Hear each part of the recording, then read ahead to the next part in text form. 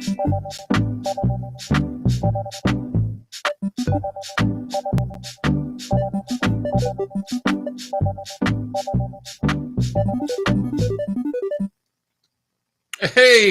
thanks for joining me today. Oh man, it's Labor Day. You working? I guess I'm doing a bit of work today. Anyway, it's September 2nd, 2024. My name's Tom Coffey. This is the Coffey Nuance Show. Follow me somewhere else, because who knows how long I'll be around, depending on how this election goes. I might disappear off some platforms. So if you like what I do, please be sure to follow me somewhere else, such as this place right here. You can follow me right there. We're on X. Love to have you over there. But anyway, we got a fun and exciting topic to get to today. This is a great one. I'm going to be talking about what's alarmist propaganda or political fear mongering. I would like to know what you think is the better term for that, though.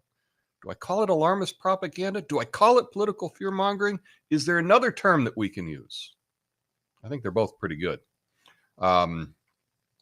But yeah, that's what the show's going to be about. So what the heck? I see we got Apothecary John in the chat. We had Tungsten Walls was in there. that's a fun name over there. So anyway, thanks for joining me today. Man, this is what you get. You buy fruit, you put it on your counter. Now you got fruit flies. Now they're in my studio. That's what I get for having fruit. Anyway, let's start the show.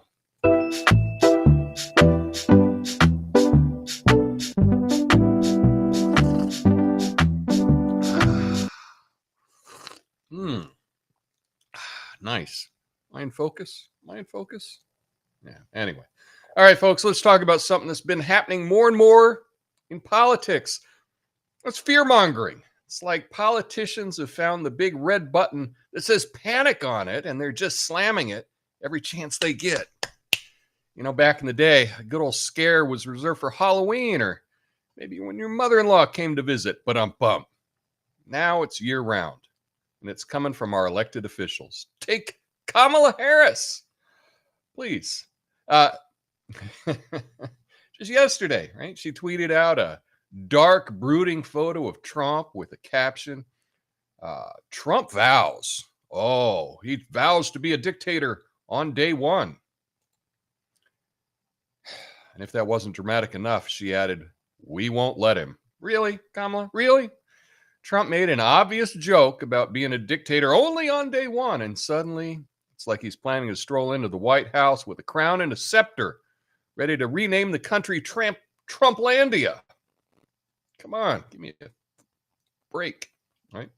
Look, I get it. Politics is a rough game, and everyone's trying to score points. But this is like when you were a kid and you told your mom you were starving after not eating for 2 hours. Yes, technically true. You're hungry. Are you really starving? No. So let's not act like Trump is sketching out blueprints for the next Reich, okay? What Harris is doing is classic fear-mongering. He's taking something minor, a throwaway joke, twisting it into the next doomsday scenario. It's the political equivalent of calling the fire department because you saw a sparkler. Here's the problem. Harris's supporters, they're not in on the joke. They hear dictator and Trump in the same sentence. They're ready to start digging bunkers in their backyard. You know, if they actually did manual labor. Anyway, fear-mongering isn't just misleading, it's dangerous.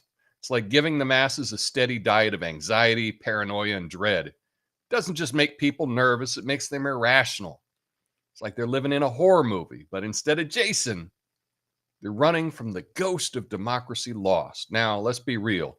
Trump has said some crazy stuff, okay? A lot of crazy stuff. But if we start taking every exaggerated statement and treating it like it's the next big evil plot, we're going to spend more time freaking out than actually dealing with real issues. Trust me, we got plenty of real issues to deal with, like, I don't know, maybe making sure people can afford eggs. Just a thought. But here's my point.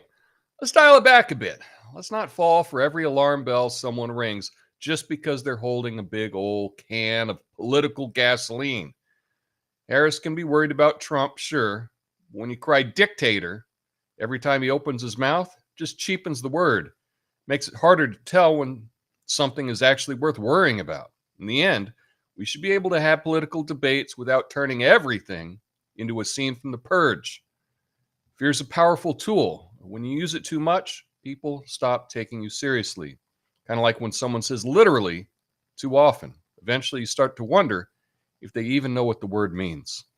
So let's keep it together, America. The sky isn't falling, the world isn't ending, and Trump isn't planning to be a dictator. Well, at least not for more than a day. My name's Tom Coffey. This is the Coffey Nuance Show, the least watched, censored commentary and news show live. Right now, flame on.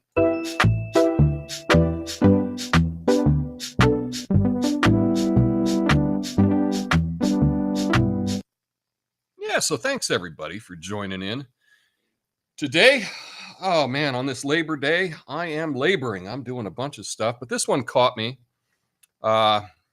Yesterday, I was going through X, and I saw this tweet, this post from Kamala.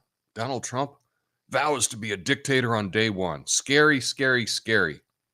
She used black, white, and red imagery. Where have we seen those colors put together before? Just saying. Now, I see this, and my initial reaction is just to get pissed off. But let me tell you. Let me just tell you what happened and what a better reaction to it was. Okay, so here's what went down. Trump's known for being off the cuff, and in an interview, he made a joke about being a dictator only on day one. If he became president again, it was clearly a joke, and he was just trying to get a laugh while talking about how we'd handle immigration. But here's the thing. Here's where it gets interesting. So Kamala, our current vice president, decided to take the joke, turn it into something serious, and she tweets this dark, ominous photo of Trump with the caption, "Trump vows to be a dictator on day one." And then she added above it, I don't have it in here, "We won't let him." The idea is to make people really freaking freaked out, okay? And to think that Trump's planning some sort of hostile takeover. Remember, it started as a joke. Now, Elon Musk reacted to this much better than I did, right? He's never one to miss out on some fun, right? So he saw this and he decided to poke fun at it a little bit, and he posted this AI-generated picture of her wearing a communist uniform with the caption, "Kamala vows to be a communist dictator on day one. Can you believe she wears that outfit?" Now, clearly, Elon is trying to show just how ridiculous the whole thing is, and he flipped the script on Harris.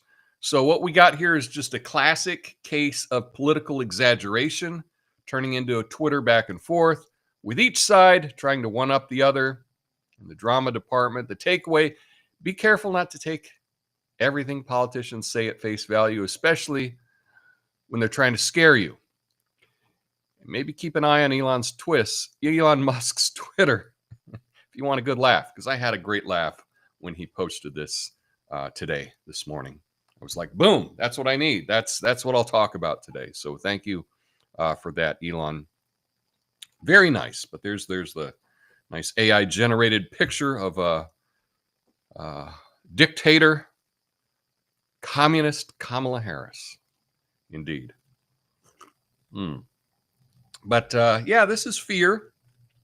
This is fear. Political fear mongering, alarmist propaganda. What do you think? What's a better term? But really, I think the reaction that Elon had is actually a much more persuasive way to deal with it. I did my talk on Friday about belief commitment, right? People are just committed to these beliefs that they have. And so, fact checking doesn't even work on them. So we can fact check what Kamala said. The problem is all her fans, they're not going to read the fact check. They're not interested in it. It's just kind of a waste of time to fact check it. So you mock it. I like that. For the longest time, I thought reason, being nuanced, trying to be fair, I thought that was kind of how you would change people's minds. No. Okay. I think a better approach is what Elon's doing, is just to mock the hell out of it. And that's what I need to do. I need to shift in my own mindset of, rather than trying to enlighten people about someone lying, right? Because this is clearly a lie by Kamala Harris. Clearly a lie. Mock it. I think we'll have more fun if we mock it. And I actually think it's probably more persuasive. I don't know. What do you think about that idea? Let me know in the comments. I'll be going through all your comments in the after show here in just a minute. We got a number of people joining us today, so thanks for tuning in on this Labor Day. If you have the day off, are you doing anything fun? I did go for a walk this morning already. Went for a walk around the golf course. That was nice. But I do that most days. But I have a lot to work on, and fortunately, it's cool down here in Portland. It's not 100 degrees, not in the 90s like it was this weekend. So I might be able to get some work done outside. So look forward to that. But I really do need to shift a change in my own mindset of just laughing at this stuff rather than trying to correct it, because nobody likes the guy that tries to correct it, right? Nobody likes that guy. But people do want to get in on the laugh. And so I need to really try to just laugh at this stuff more. So that's what I've been working on. I was hoping to have something new for the show, a new idea for the show. I did work on it over the weekend. It's not quite ready to roll out, but it will involve laughing a bit more and being a little less serious about this. Anyway, that's all I got for today. I hope you all have a beautiful afternoon, a great Labor Day. If you got the day off, go outside and do something awesome. I will react and read your tweets. Not your tweets, read your comments here in just a sec. So let's get to that. And I will be back on Wednesday. See you then. Peace.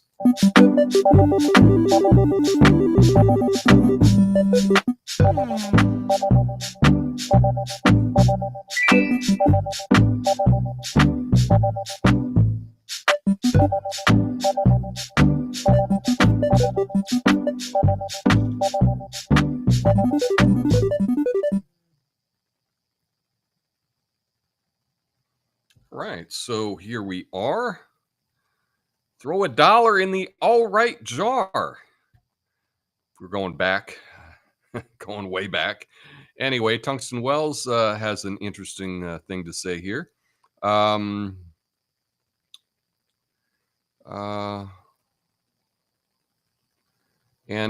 says the only reason anyone should vote for Kamala over Trump is because she will inadvertently create more critics. I'll just say it that way.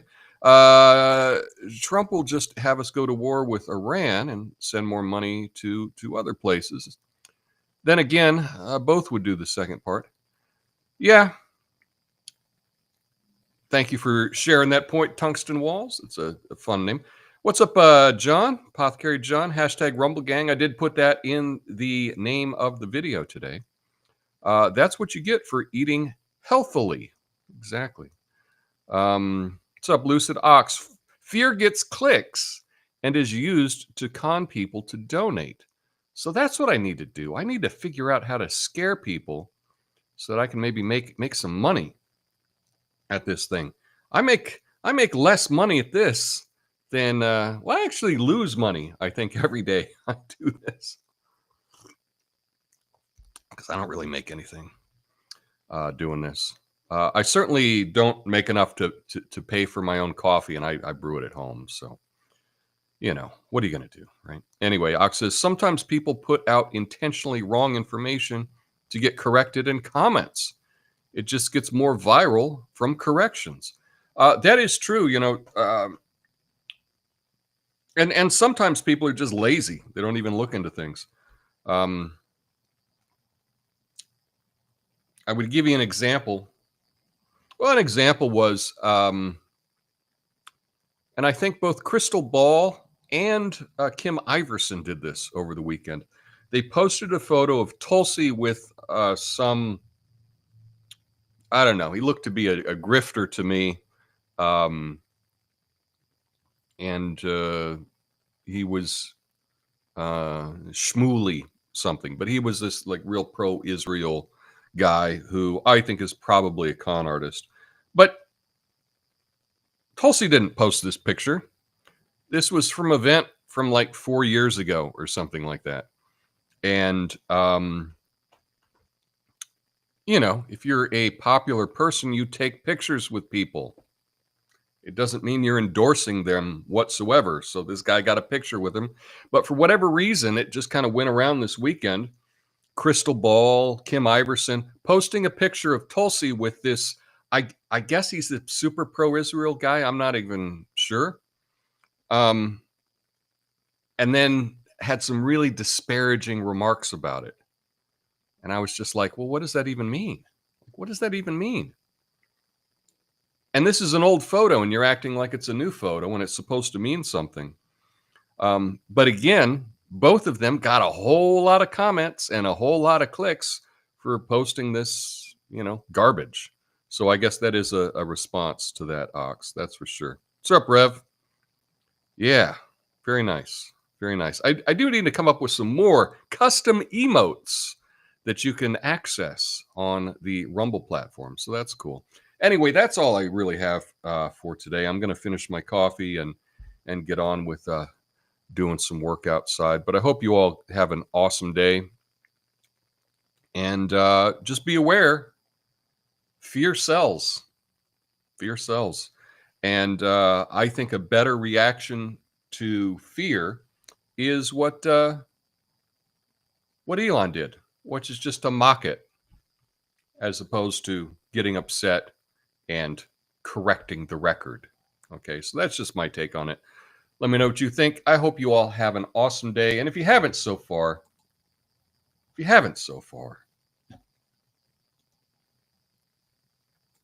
me a favor, hit the like button on your way out. I will see you on Wednesday. Until then, peace.